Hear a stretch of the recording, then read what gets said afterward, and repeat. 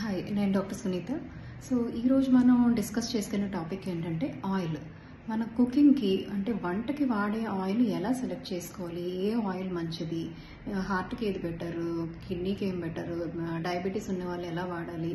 So బేసిక్గా oils గురించి చాలామందికి చాలా కన్ఫ్యూజన్స్ ఉంటాయి. ఎందుకంటే ఈ మార్కెటింగ్ స్ట్రాటజీస్ కానీ, సెలబ్రిటీస్ ఎండార్స్మెంట్ చేయడం కానీ, యాడ్స్ ఇవ్వడం, ఇందులో ఇది మంచిది అది మంచిది అని రకరకాల క్లెయిమ్స్ పట్టుకొని వస్తూ ఉంటారనమాట. సో ఎలా సెలెక్ట్ చేసుకోవాలనేది బిగ్ కన్ఫ్యూజన్. సో మనం ఈరోజు కొన్ని సింపుల్ ఫ్యాక్టర్స్ ఆయిల్స్ గురించి తెలుసుకొని ఏ ఆయిల్ని ఎలా సెలెక్ట్ చేసుకోవాలనేది తెలుసుకుందాం.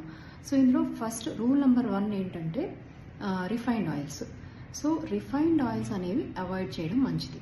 ఎనీ రిఫైన్డ్ ఆయిల్, సో అది సన్ఫ్లవర్ అవ్వనివ్వండి, లేకపోతే గ్రౌండ్ నట్ అవ్వండి, ఏదైనా రిఫైన్మెంట్ చేసిన ఆయిల్. అంటే రిఫైన్ చేయడం అంటే ఆ న్యాచురల్ ఆయిల్ని బాగా కెమికల్ ట్రీట్మెంట్ ద్వారా దాన్ని మార్చి రిఫైన్ చేసి దాన్ని షెల్ఫ్ లైఫ్ పెంచడానికి, ఎక్కువ రోజులు నిల్వ ఉంచడానికి ఏంటంటే రిఫైన్ చేస్తారు. సో దానిలో ఉన్న విటమిన్స్ కానీ యాంటీ ఆక్సిడెంట్స్ అన్నీ పోతాయి. సో రిఫైన్ చేసిన ఆయిల్, రిఫైన్డ్ ఆయిల్స్ వాడకూడదు.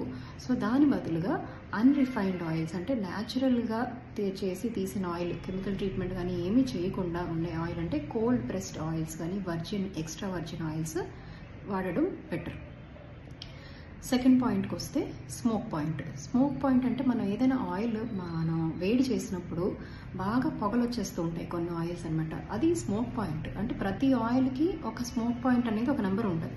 అంటే కొన్ని ఆయిల్స్ డీప్ ఫ్రైస్ కంటే బాగా ఎక్కువ వేడి చేయడానికి పనికొస్తాయి.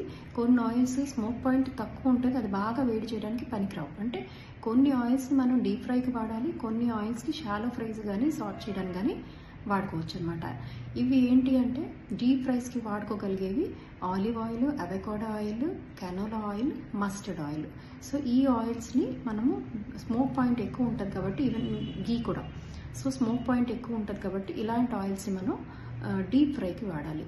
సో ఏదైతే స్మోక్ పాయింట్ తక్కువ ఉంటుందో అంటే అదర్ ఆయిల్స్, సిసమ్ ఆయిల్ కానీ ఇలాంటివన్నీ కూడా, ఈ స్మోక్ పాయింట్ తక్కువ ఉన్నవి బటర్ ఇలాంటివన్నీ కూడా మనము లైట్ ఫ్రైయింగ్ కానీ కర్రీస్కి ఇలాంటివన్నీ కూడా మనం వాడుకోవాలన్నమాట. సో స్మోక్ పాయింట్ బట్టి మనం ఏ ఆయిల్ దేనికి వాడుకోవాలన్నదో కూడా తెలుసుకోవాలి.